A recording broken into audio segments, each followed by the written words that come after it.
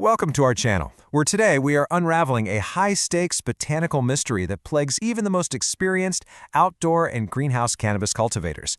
Picture this scenario. Your watering schedule is absolutely perfect, your substrate moisture is completely dialed in, yet suddenly, as the seasons shift, your crop suffers a catastrophic wilting event or an unexpected nutrient lockout. You might naturally assume it's a mechanical issue, checking your irrigation lines or desperately testing your runoff. But the true culprit is an invisible, cellular-level hydraulic collapse occurring deep within the root zone. This pervasive failure leaves many growers absolutely baffled, keeping you guessing about the exact mechanism while your yields hang in the balance, completely unaware that the roots themselves have effectively locked their doors to hydration.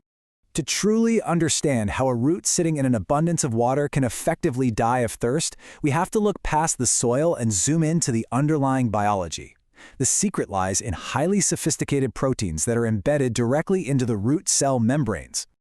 It's time to completely debunk the common grower myth that roots act like passive pipes, simply absorbing whatever liquid is present. Instead, these biological structures, known as aquaporins, are highly active, exquisitely sensitive gatekeepers. Under specific environmental stresses, they possess the remarkable ability to abruptly slam shut, cutting off the plant from its water supply entirely.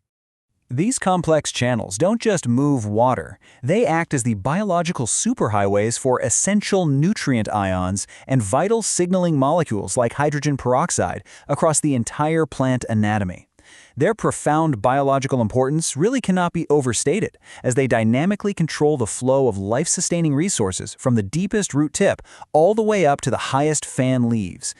With that cellular foundation securely established, we need to examine the first major environmental trigger that forces these channels into a state of total lockdown, which involves the severe, often hidden dangers of sudden seasonal temperature drops in your greenhouse or outdoor garden.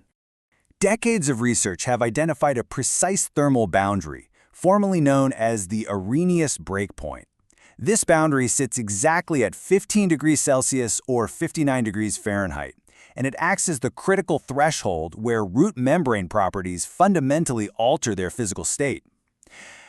The biological reality of dropping below this threshold is truly striking. The very moment your root zone temperature drops beneath that mark, the activation energy required for water transport spikes massively to 204 kilojoules per mole. This physical shift effectively freezes the aquaporin channels in a closed, locked state, triggering a precipitous decline in root hydraulic conductivity, meaning the plant physically cannot drink, no matter how much water surrounds it. If you're finding this deep dive into plant biology helpful, please like and subscribe. It really helps our channel a lot.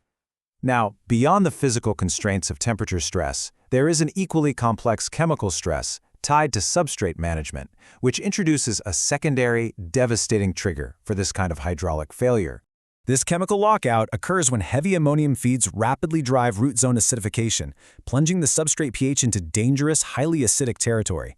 This acidic environment protonates a specific amino acid known as the His-193 residue, which then immediately forms an ionic bridge with aspartate 28.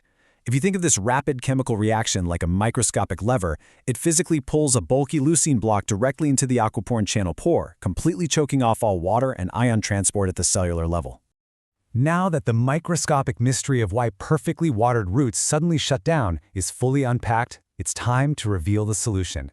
We can finally map out the actionable, science-based cultivation methodology that will prevent these vital cellular channels from ever closing in the first place.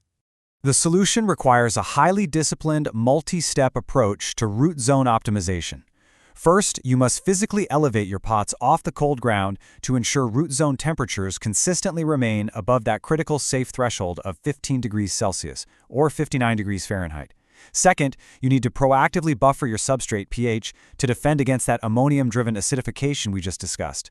Finally, carefully balance your nitrogen forms, dialing in specific nitrogen to ammonium ratios to guarantee your aquaporin channels remain wide open, ensuring hydraulic flow remains optimal throughout the entire crop cycle. The next time your plants wilt despite sitting in perfectly wet soil, ask yourself, are you actually feeding the plant, or are you accidentally locking the microscopic doors it uses to drink? It's an incredibly fine line between optimal hydration and a cellular drought. Thanks for watching. This content does not constitute medical advice, legal advice, or recommendations for the use, self-treatment, or consumption of any substance.